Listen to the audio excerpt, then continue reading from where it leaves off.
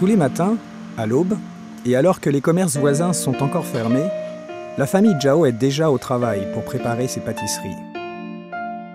Juste après l'école primaire, M. Zhao a directement rejoint les métiers de la pâtisserie et peut ainsi se prévaloir de plus de 40 années d'expérience dans cette carrière.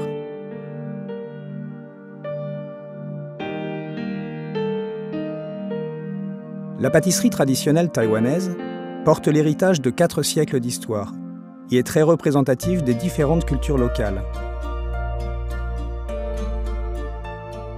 Issu de la tradition populaire, cet artisanat s'est notoirement transformé en un aspect fascinant de la culture contemporaine.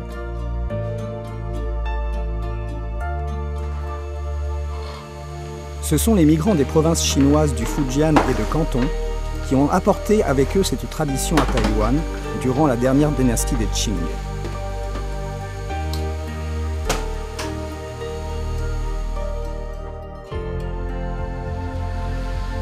Mais la légende dit que ce serait Zhuge Liang, un stratège de l'époque des 3 royaumes au IIIe siècle, qui serait le père de la pâtisserie chinoise. Les Chinois lui rendent d'ailleurs hommage chaque année, au 7e jour du 7e mois lunaire du calendrier chinois.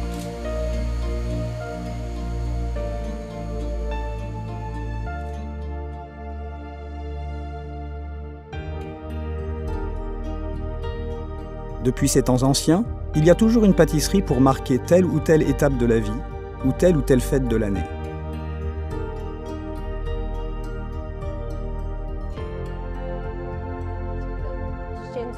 La coutume taïwanaise de manger des pâtisseries nous vient de nos ancêtres, et donc lors d'événements importants de la vie ou lorsqu'on rencontre des obstacles, on utilise des pâtisseries pour accomplir des rites et des cultes liés aux ancêtres. La première célébration dans la vie d'une personne est quand elle atteint l'âge d'1 mois. Pour cette occasion, on prépare des gâteaux appelés gâteaux de la tortue rouge. Quand l'enfant a 4 mois, on utilise des biscuits spéciaux pour célébrer le fait que l'enfant a réussi à surmonter l'obstacle des 4 premiers mois et pour lui souhaiter de grandir sereinement.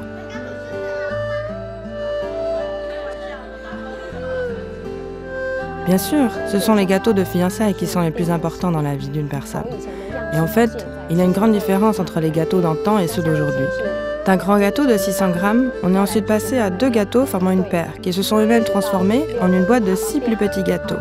Et aujourd'hui, on offre plutôt une belle boîte composée d'un assortiment de petits biscuits occidentaux et asiatiques.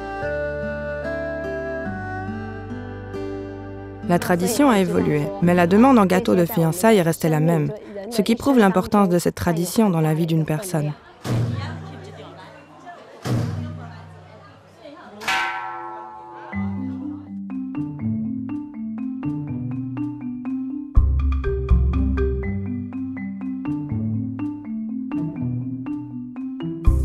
Ainsi, à Tainan, dans le sud de l'île, où la majorité des adolescents de 16 ans est également fêté ce fameux 7 juillet, des gâteaux particulièrement appétissants feront partie des cadeaux offerts et des offrandes.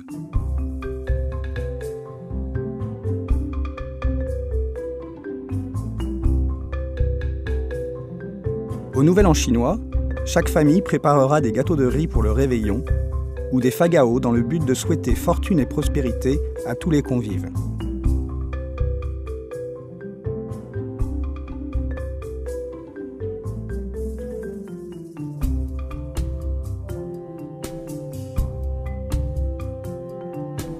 Quant aux saisons et aux périodes de l'année, c'est la fête de la Lune qui a le lien le plus étroit avec la pâtisserie.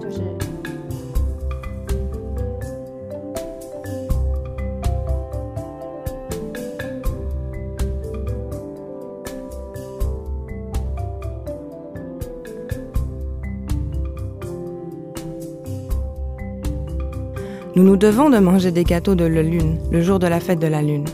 On utilisera également des pâtisseries comme offrande lors de la célébration de l'anniversaire des dieux ou pour d'autres célébrations. Et après avoir réalisé les rites associés, on partagera la nourriture. Ce partage est un symbole de paix et de sérénité entre tous. Ces traditions sont encore très présentes dans la vie de tous les Taïwanais et nous accompagnent tout au long de notre vie.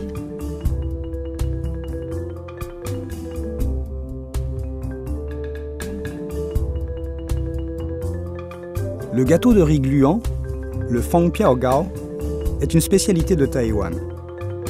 Après avoir cuit un riz qui doit coller, on le mélange et pétrit avec du sirop et du jus de banane. Selon les recettes, Cette pâte sera moulée à la main ou dans un moule dédié, parfois recuite ou non.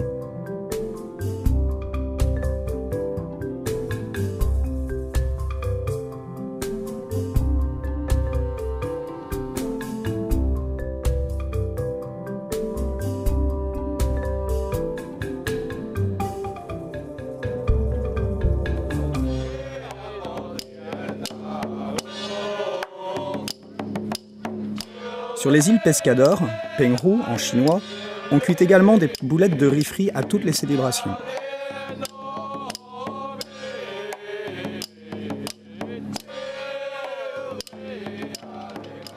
L'une des spécialités des îles Pescador est le jiao zhao, une boule de riz collant au sésame dont la forme se doit d'être assez simple.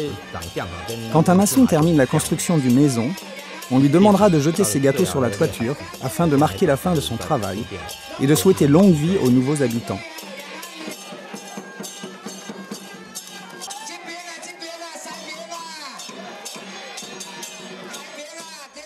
Grâce à la friture, ces gâteaux peuvent se garder longtemps. Et comme l'huile fut longtemps une denrée rare, ces gâteaux sont devenus très populaires. Il y a deux sortes de pâtisseries à Taïwan. L'une est basée sur le riz, l'autre est à base de farine de blé.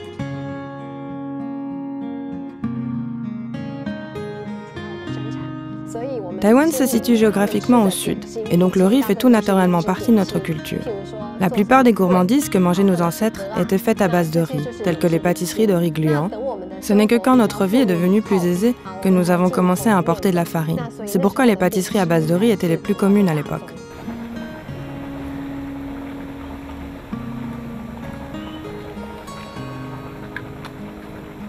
Le gâteau de riz collant, cuit au bois, est une spécialité que l'on ne retrouve aujourd'hui qu'à Tainan. Vous savez, autrefois on n'avait pas grand-chose à manger, et l'aliment de base restait le riz. C'était considéré comme une grande offrande pour les célébrités.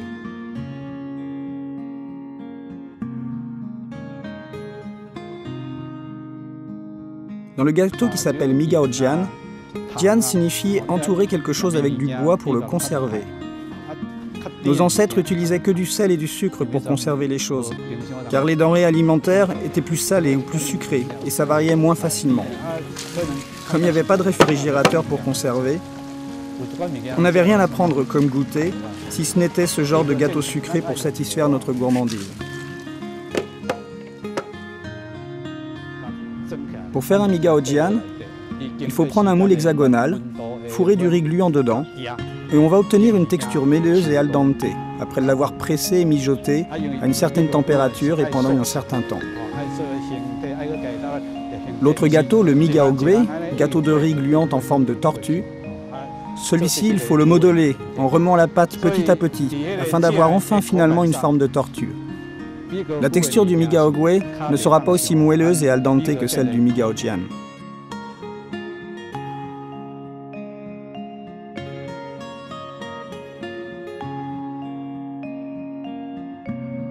J'ai entendu les anciens nous expliquer que le Migao Jian était très populaire dans le quartier de Anping, surtout au moment des célébrations et des autres activités festives. Le district Anping se trouve au bord de la mer et beaucoup de pêcheurs partaient avec des Migao Jian qui leur permettaient d'y rester plusieurs jours.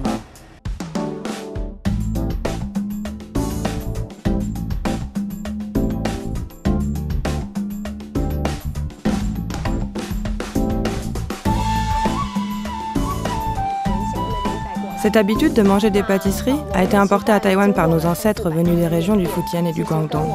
Et après plus de 300 ou 400 ans d'évolution, autant économique que matérielle, elle a beaucoup évolué.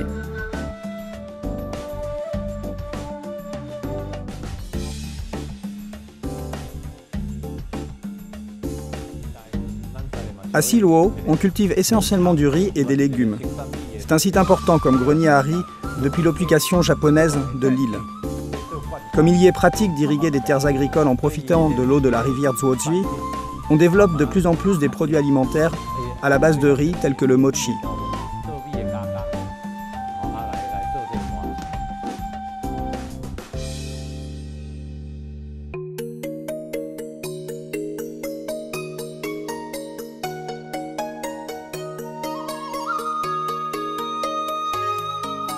La pâtisserie la plus ancienne qui existe encore est Yu Tian Tai. Elle se situe dans la ville de Lugang. Autrefois, il y avait beaucoup de personnes aisées, ayant les moyens d'acheter des pâtisseries qui vivaient à Lugang, car c'était l'une des villes les plus riches de Taïwan, après Tainan et devant Manga, 3 grands ports de commerce. Notre boutique est fondée depuis 1877, c'est-à-dire l'an 3 de la dynastie des Qing. Au début, ce n'était pas pour ouvrir une pâtisserie. En fait, l'un de mes ancêtres faisait partie des intellectuels qui vivaient aisément et se réunissaient de temps en temps pour citer et composer des poèmes avec ses amis. Et mon ancêtre aimait leur préparer des gâteaux à cette occasion. Du coup, quelques lettrés ont chahuté qu'ils ne pouvaient plus créer des poèmes sans ces gâteaux. C'est donc sous l'encouragement de ses amis littéraires que mon ancêtre a enfin monté cette pâtisserie au nom du bureau des réunions. Yu Jianzhai. Au début, le gâteau le plus célèbre de la pâtisserie, Yu Jianzhai, pour ses savants réunis au bureau, était le Fangyang Gao, le gâteau aux yeux de phénix. Le Fangyang Gao est en effet une marque qui nous appartient toujours aujourd'hui. Autrefois, on employait le terme Fangyan, les yeux de phénix, pour décrire la beauté d'une jeune fille.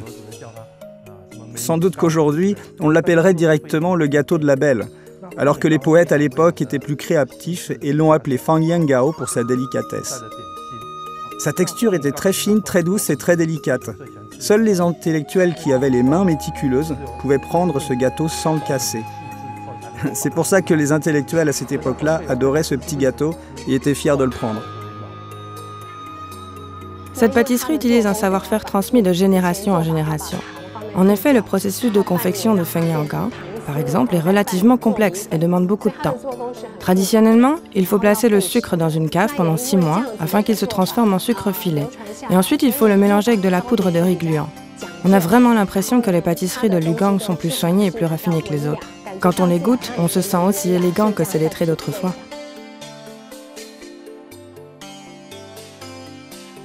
Il y a 100 ans ou même plus longtemps, pour les consommateurs taïwanais, la pâtisserie était un produit de luxe. En conséquence, on employait les pâtisseries traditionnelles que pour les rites et que pour les mariages. Les gâteaux que l'on mange aujourd'hui étaient en effet considérés comme des sacrificiels de rites à l'époque. Bon, bien entendu, que ce soit le goût, la texture ou les méthodes de la confection, tout a plus ou moins changé.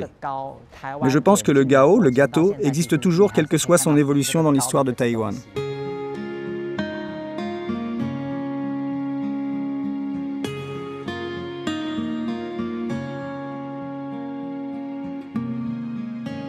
Avec la modernisation et l'ouverture des frontières à la farine de blé, la pâtisserie locale a considérablement évolué.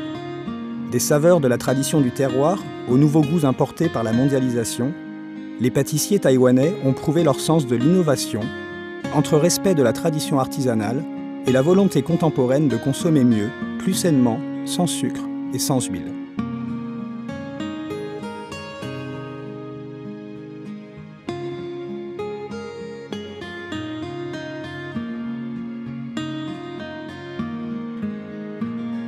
Ainsi, la pâte feuilletée, la pâte sablée ou la pâte chinze, tout à base de farine de blé, sont désormais entrées dans la culture locale. La pâte feuilletée locale, aussi appelée pot de graisse, est constituée de différentes couches de pâte de blé et de graisse qui serviront ensuite à enrober différentes farces.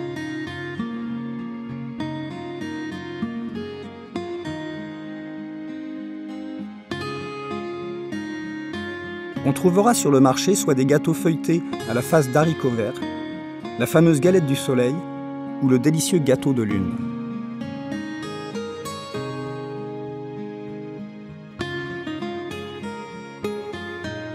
La pâte sablée taïwanaise est confectionnée à partir de sucre et d'huile, cuite en aller-retour avec un peu de farine et des œufs.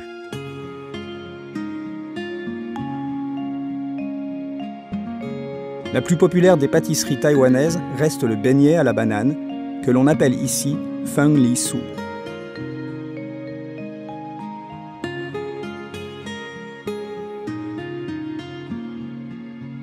La plupart des gâteaux de lune, que l'on offre à la fête de la pleine lune en septembre, ou les cakes offerts lors des cérémonies de mariage, sont confectionnés à partir de farine, d'huile et de sucre liquide, recouverts d'un œuf battu, un peu comme une omelette.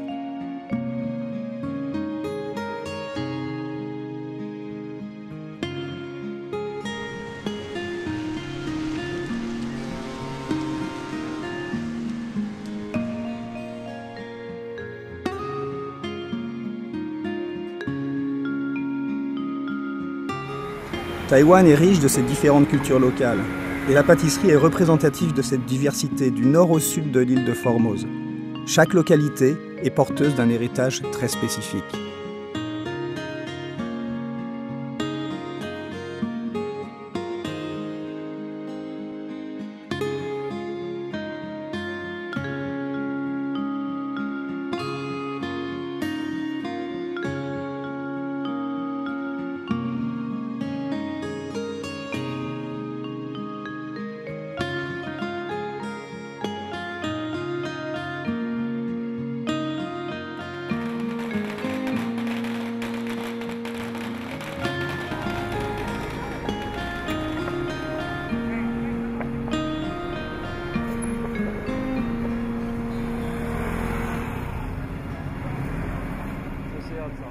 Le district de Beigang s'est développé très tôt grâce aux visites des pèlerins et des commerçants.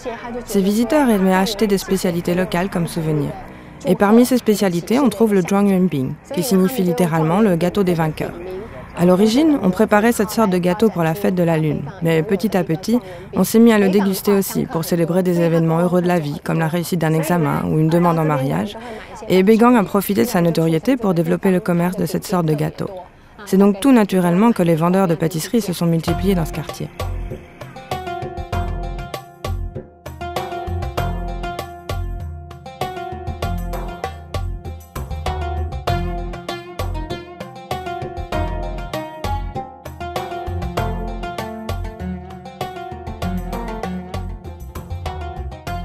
Les pâtisseries de Tainan, quant à elles, n'ont pas beaucoup changé.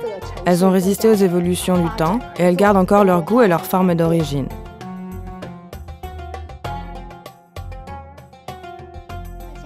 Ainsi, les pâtisseries qu'on l'on voit maintenant sont moins élaborées. Elles sont un simple mélange de farine et de sucre. Les habitants de Tainan les mangent comme cela depuis toujours. Et c'est ce qui explique que leurs pâtisseries sont moins fantaisie que dans d'autres villes.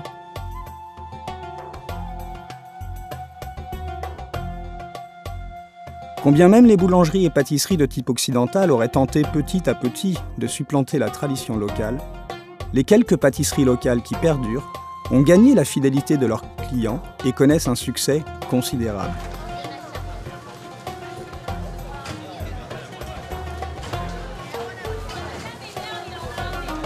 Les gâteaux de fiançailles sont aussi l'une des spécialités de la ville de Tainan. Ici, tout le monde sait qu'autrefois à Tainan, on mangeait toujours de gros gâteaux. Et donc le commerce des gâteaux de fiançailles s'est beaucoup développé dans cette ville. On y trouve des saveurs et des formes plus élaborées et plus variées que dans les autres villes.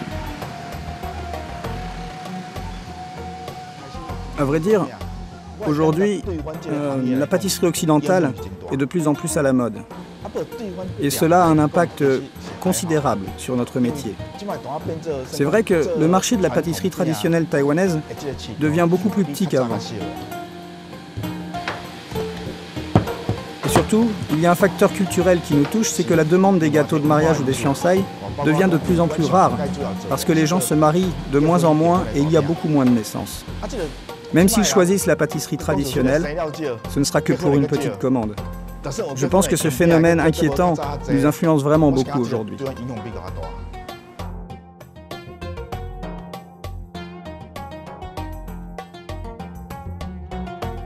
En fait, nous cherchons à cibler les consommateurs entre 25 et 35 ans.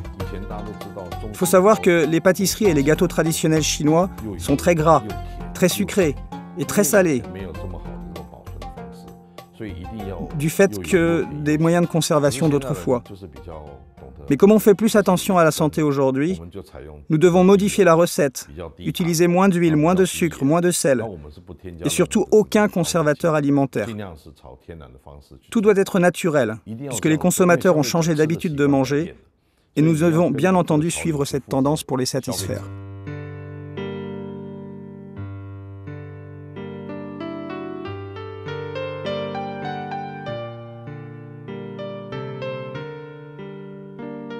C'est sur les îles Pescador que l'on trouve les plus anciennes pâtisseries de Taïwan.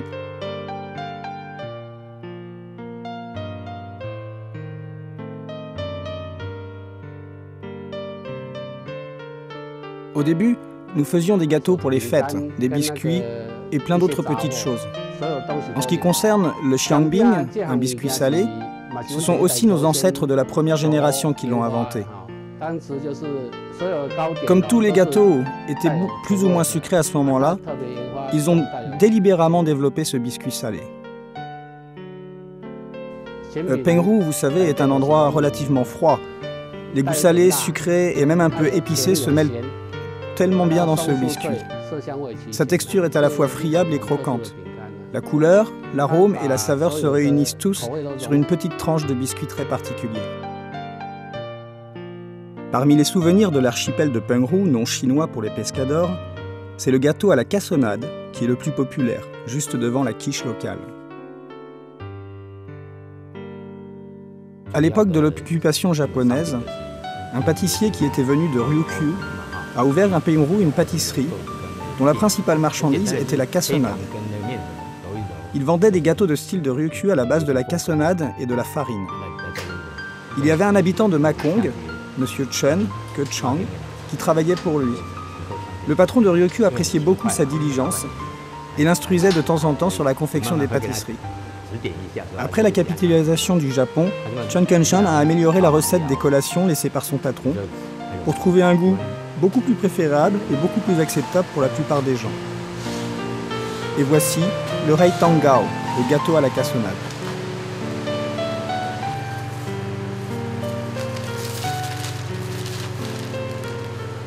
Plus tard, il a transmis la recette du Rei Tang Gao à ses fils, qui sont désormais les patrons des pâtisseries Chuanzhen et Yunlanxuan. Maintenant, c'est la 3e génération qui s'occupe de la gestion de ces pâtisseries. Parlons-en du Rei Tang Gao, le gâteau à la cassonade. En fait, c'est une combinaison assez simple de cassonade avec de la farine à pain et de l'eau. On mélange d'abord les ingrédients dans un mixeur et on ajoute de façon proportionnée de l'eau. Tout dépend de la température et du climat, et c'est toujours très difficile à mesurer. De sorte que, des fois, j'ai été perplexe parce que c'était bon, mais c'était pas la bonne recette. Et j'ai enfin compris avec des recherches que c'est une question de température et de climat. Il y avait un fort goût de médicaments dans les gâteaux à la cassonade faits par mon père. La qualité de certains additifs alimentaires chimiques à l'époque était moins bonne par rapport à celle d'actuelle. Dès que j'essayais d'améliorer la recette, on n'y trouvait plus le goût du médicament. C'est seulement celui de la cassonade.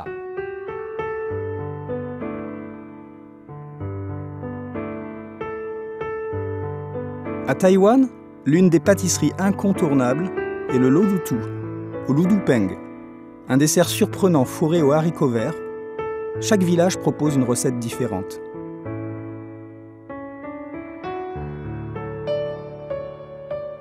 À l'origine, c'est dans le district de Fengyuan, près de la ville de Taichung, qu'est apparu ce gâteau.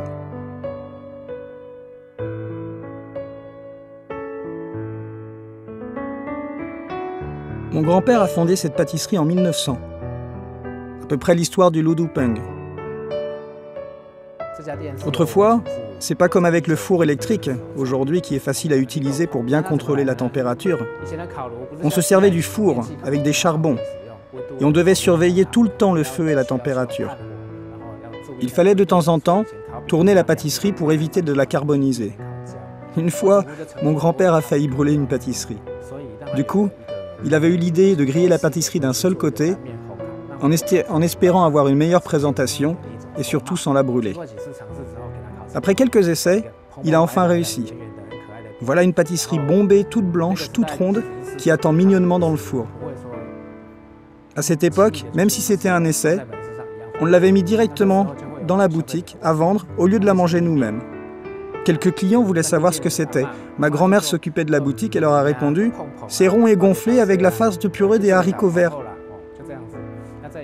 On l'appelle Ludupeng alors. Ludu haricot mongo, peng gonflé. Voilà un nom très ludique. Sous la chaleur, la pâte bien feuilletée se gonfle tranche par tranche, toute blanche, toute belle comme des flocons de neige. Ça tombe bien qu'elle correspond au nom de notre boutique. Xuerua Shuai. Xuerua, ça veut dire flocon de neige. La fameuse Xuerua Bing est ainsi née avec une très belle coïncidence.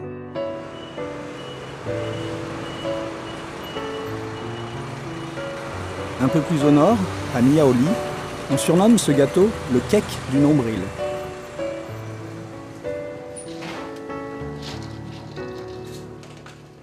Ça y est, alors maintenant, il faut le cuire à la vapeur pendant 1 heure.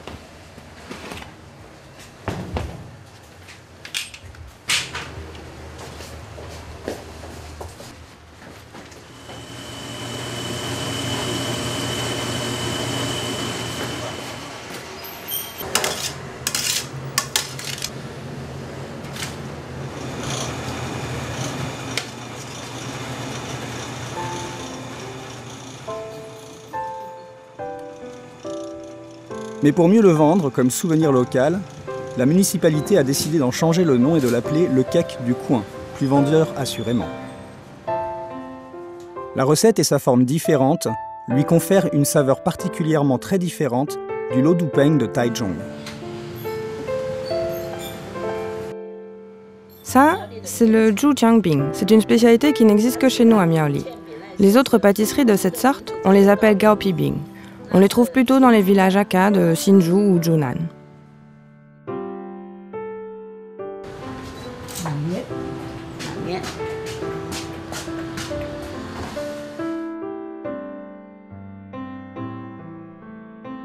Maintenant, il est bien difficile de trouver un pâtissier qui confectionne encore ce genre de pâtisserie traditionnelle.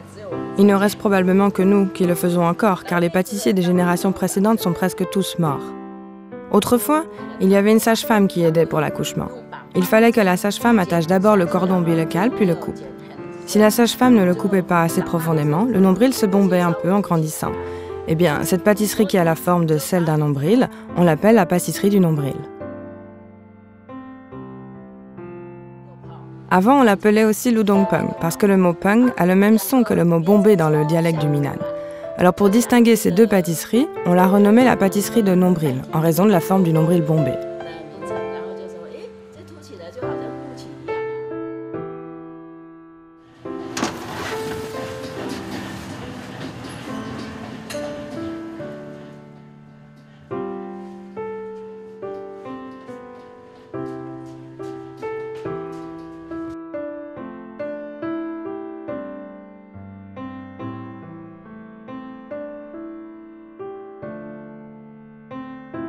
Selon la préférence des pâtissiers, on choisira de la purée d'haricots blancs plutôt que la recette traditionnelle à partir d'haricots verts.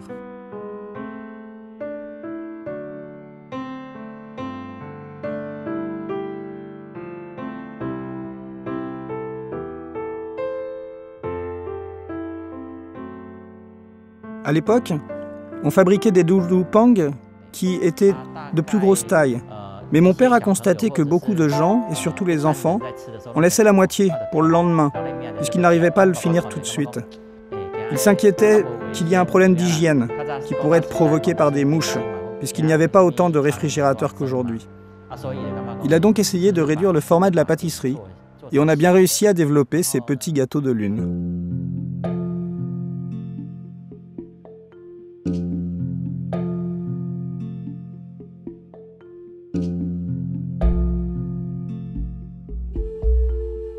Les pâtisseries traditionnelles telles que le gâteau de lune ou ce petit gâteau étaient tous confectionnés à partir de graisse, qui donnerait beaucoup plus de parfum. Et une autre caractéristique plus traditionnelle, c'est que ce genre de pâte à la graisse traditionnelle taïwanaise fait tomber plus facilement les miettes lorsque nous le mangeons. Quant aux pâtisseries japonaises, fourrées à la purée d'haricots, cela est plus dense et il sera moins facile de faire tomber des miettes partout. Voilà l'une des distinctions entre les produits en raison des différences culturelles.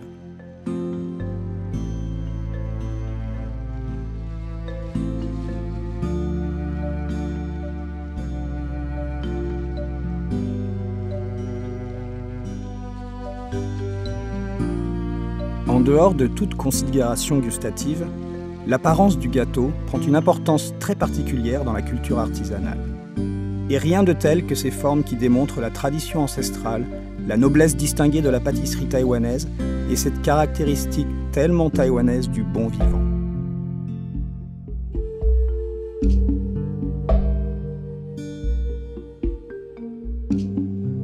La plupart des moules à pâtisserie étaient plutôt faits en bois. Par exemple, on prenait très souvent du Formosan Michelia, puisqu'il est plus dur et donc c'était plus facile d'y graver des motifs plus profonds dessus. À partir de la période coloniale japonaise, vers 1930, on a commencé à utiliser des moules en métal. en alliage d'étain et d'aluminium, connu aussi sous le nom de zhengzi en dialecte minanais. Et maintenant, on a même un moule en silicone qui permet de faire des gâteaux continuellement à haute pression.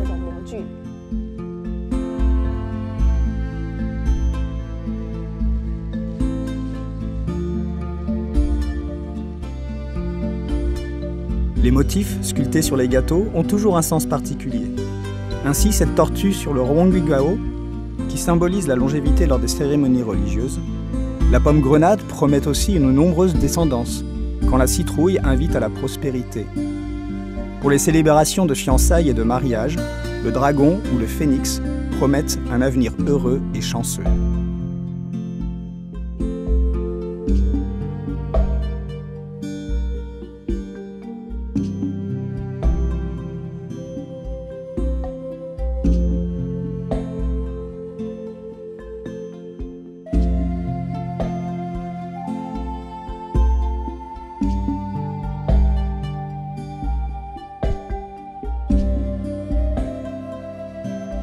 En dehors des célébrations rituelles, les pâtisseries ainsi ornées sont censées vous apporter chance et réussite.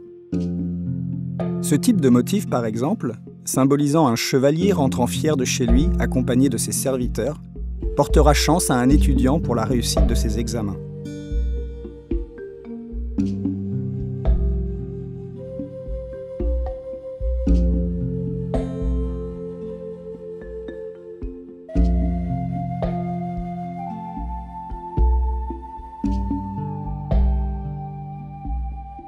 En ce qui concerne le moule à pâtisserie, il y a d'un côté le sens que le maître sculpteur veut transmettre, l'idée qu'il veut exprimer à travers ce motif sculpté, et de l'autre, la volonté du patron de la pâtisserie d'avoir tel moule avec tel motif pour représenter sa boutique, et pour transmettre le sentiment qu'il veut donner à ses clients.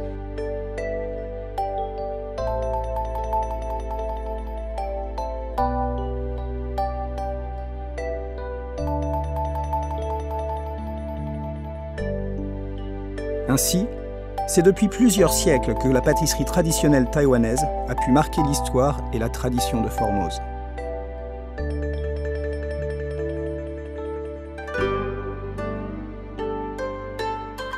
Et tout en respectant la tradition, cette culture a pu s'enrichir, se diversifier, mais aussi se moderniser en même temps que l'économie taïwanaise.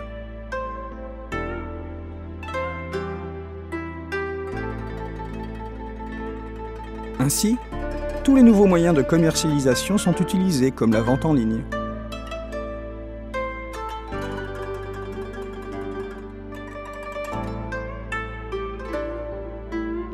Le marketing, même du produit comme son emballage, est devenu un concours de créativité et un nouvel art sur l'île.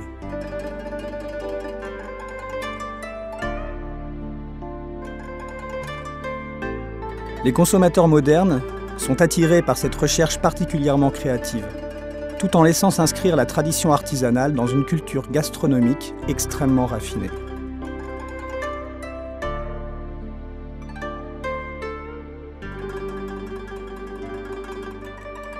La pâtisserie traditionnelle de Taïwan est l'exemple parfait du mariage entre tradition et innovation. Et pour mieux en profiter, eh bien, il ne vous reste qu'à venir à découvrir ces saveurs locales.